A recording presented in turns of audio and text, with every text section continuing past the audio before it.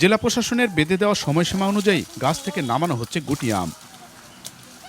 বুধবার সকালে নওগাঁয় আম নামানো শুরু করেন বাগানীরা।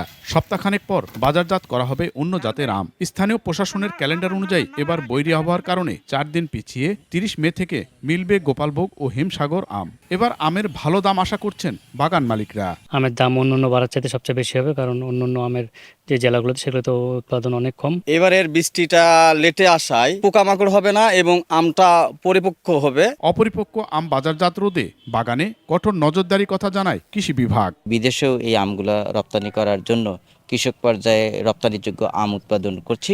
গত মৌসুমে নওগাঁ থেকে বেনানা, কাটিমন, আম্রপলি ও বাড়িফোর জাতের 1500 মেট্রিক টন আম বিদেশে রপ্তানি হয়। আর এবার এ লক্ষ্যমাত্রা 2000 মেট্রিক টন নির্ধারণ করেছে কৃষি বিভাগ।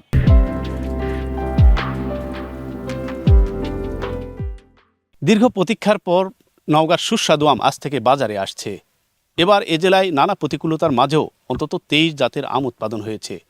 32,000 হেক্টর জমি থেকে প্রায় 4,50,000 মেট্রিক টন আম উৎপাদনের লক্ষ্যমাত্রা ধরেছে কৃষি বিভাগ। নওগাঁ সাপাহার আম বাগান থেকে এম আর রকি, সময় সংবাদ।